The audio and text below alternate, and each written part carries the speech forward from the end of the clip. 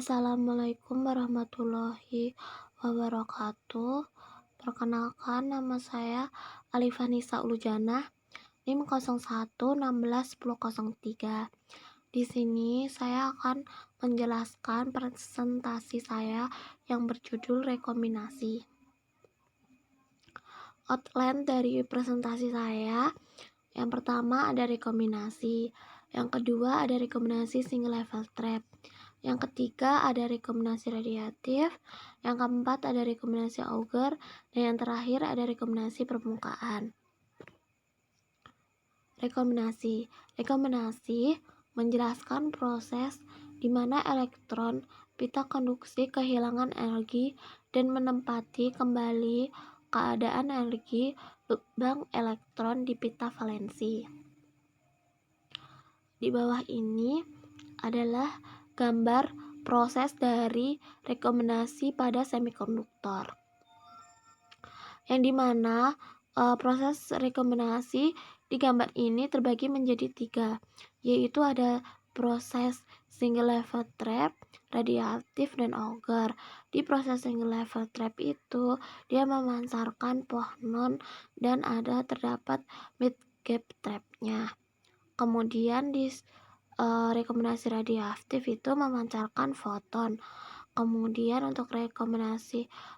yang terakhir ada rekombinasi Auger. Rekombinasi single level trap atau SLT juga biasa disebut sebagai rekombinasi Shukl-Ritholz atau SRH. Elektron dalam transisi antar pita melewati keadaan energi baru atau keadaan terlokalisasi yang dibuat dalam celah pita oleh dopan atau cacat pada kisi kristal. Keadaan energi seperti itu disebut trap. Rekombinasi non-radiasi terjadi terutama di situs tersebut. Energi tersebut dipertukarkan dalam bentuk getaran kisi, sebuah fonon yang bertukar energi panas dengan material. Karena perangkap dapat menyerap perbedaan momenter antara pembawa, SRH adalah proses rekombinasi dominan dalam silikon dan bahan celah pita tidak langsung lainnya. Namun, rekombinasi dengan bantuan trap juga dapat mendominasi material celah pita langsung dalam kondisi kepadatan pembawa yang sangat rendah, atau injeksi level yang sangat rendah, atau pada material dengan densitas tinggi dari trap seperti perovskit. Proses ini dinamai oleh William Shockley, William Thornton Reed, dan Robert N. Hall yang menerbitkannya pada tahun 1962. Jenis trap yaitu ada electron trap vs Hall trap. Meskipun semua peristiwa rekombinasi dapat dijelaskan dalam bentuk pergerakan elektron, umumnya itu untuk memvisualisasikan proses yang berbeda dalam kaitannya dengan elektron tereksitasi dan Hall elektron yang ditinggalkannya. Dalam konteks ini, jika tingkat perangkat dekat dengan pita konduksi, mereka dapat melumpuhkan elektron yang tereksitasi untuk sementara, atau dengan kata lain mereka adalah elektron trap. Di sisi lain, jika energinya dekat dengan pita valensi, mereka menjadi Hall trap. Slow trap vs deep trap. Perbedaan antara trap dangkal dan dalam biasanya dibuat tergantung pada seberapa dekat perangkap elektron dengan pita konduksi dan seberapa dekat trap lubang Hall ke pita valensi. Jika selisih antara trap dan band lebih kecil dan energi termalnya sering dikatakan bahwa itu trap dangkal. Sebagai alternatif, jika perbedaannya lebih besar dari energi termal, itu disebut dengan trap dalam. Perbedaan ini berguna karena trap dangkal dapat dikosongkan dengan lebih mudah, dan oleh karena itu seringkali tidak merusak kinerja perangkat optoelektronik.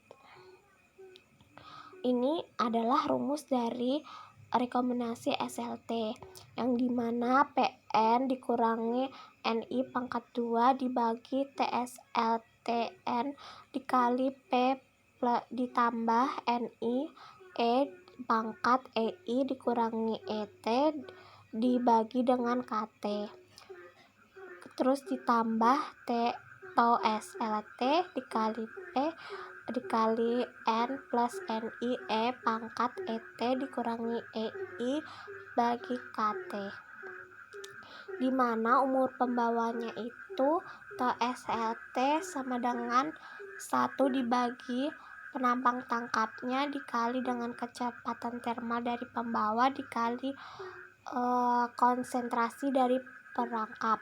Nah, penampang tangkap dapat dianggap sebagai ukuran target yang ada ke pembawa yang bergerak melalui semikonduktor dengan kecepatan ke VTH. Nah, VTH ini adalah kecepatan termal dari pembawa. Ini juga adalah rumus dari rekombinasi SLT. Yang paling atas yaitu dengan material tipe P dengan keadaan low injection atau injeksi yang rendah. Kemudian yang paling bawah yaitu dengan keadaan kondisinya dengan injeksi yang tinggi atau high injection. Kemudian ada rekombinasi radiatif atau band to band, adalah nama untuk proses elektron melompat dari pita konduksi ke pita valensi secara radiatif. Selama rekombinasi band to band, suatu bentuk emisi spontan energi yang diserap oleh suatu material dilepaskan dalam bentuk foton. Umumnya, foton-foton ini mengandung energi yang sama atau lebih sedikit daripada yang awalnya diserap. Efek ini adalah bagaimana LED menciptakan cahaya. Karena foton membawa momentum yang relatif kecil, rekombinasi radiasi hanya signifikan pada material celah pita langsung. Nah, proses ini juga dikenal sebagai rekombinasi bimolekuler. Ini adalah rumus rekombinasi radiatif atau band to band, yaitu R sama dengan B dikali Pn dikurangi Ni pangkat 2, atau dengan R sama dengan P dikurangi PO dibagi T dikali P. Kemudian dengan ini umur, yang paling bawah itu umur waktunya yaitu 1 dibagi N pangkat 0 dikali P. Rekombinasi Auger. Dalam rekombinasi Auger, energi diberikan ke pembawa ketiga yang bersemangat ke tingkat energi yang lebih tinggi tanpa berpindah ke pita energi lain. Setelah interaksi pembawa ketiga biasanya kehilangan energi berlebihnya karena getaran termal. Karena proses ini adalah interaksi 3 partikel, proses ini biasanya hanya signifikan dalam kondisi non-kesetimbangan ketika kerapatan pembawa sangat tinggi. Proses efek Auger tidak mudah dihasilkan karena partikel ketiga harus memulai proses dalam keadaan energi tinggi yang tidak stabil.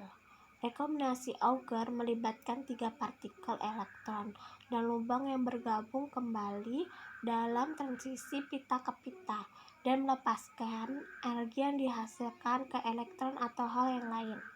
Oleh karena itu, ekspresi untuk laju rekombinasi bersih mirip dengan rekombinasi pita ke pita, tetapi mencakup kerapatan elektron atau hole yang menerima energi yang dilepaskan dari pemusnahan hole elektron. Ini adalah rumus dari rekombinasi Auger, yaitu di mana delta N dikali N ditambah delta P kali P kali N dikurangi Ni pangkat 2. Dengan tipe material N dengan injeksi yang sangat rendah dengan asumsi delta N dan delta P adalah comparable magnitude. Nah, di mana ini adalah rata-rata dengan rekombinasi Auger yang P dikurangi P0 dibagi atau Auger dikali P. Kemudian ada rekombinasi permukaan. Rekombinasi dengan bantuan trap pada permukaan semikonduktor disebut sebagai rekombinasi permukaan. Ini terjadi ketika trap di atau dekat permukaan atau antarmuka bentuk semikonduktor karena ikatan yang menggantung yang disebabkan oleh penghentian mendadak kristal semikonduktor. Rekombinasi permukaan dicirikan oleh kecepatan rekombinasi permukaan yang bergantung pada kerapatan cacat permukaan. Nah, dalam aplikasi ini seperti sel surya, rekombinasi permukaan mungkin merupakan mekanisme rekombinasi yang dominan karena pengumpulan dan ekstraksi pembawa bebasnya di permukaannya. Nah, kemudian dari aplikasi sel surya itu, lapisan bahannya itu transparan dengan celah pita yang besar. Juga dikenal sebagai lapisan jendela yang digunakan untuk meminimalkan rekombinasi permukaan. Nah, pasif tekniknya itu juga digunakan untuk meminimalkan rekombinasi permukaan. Sekian dari presentasi saya. Jika ada kata-kata yang salah atau kurang berkenan, mohon dimaafkan. Sekian presentasi saya akhiri. Waalaikumsalam warahmatullahi wabarakatuh.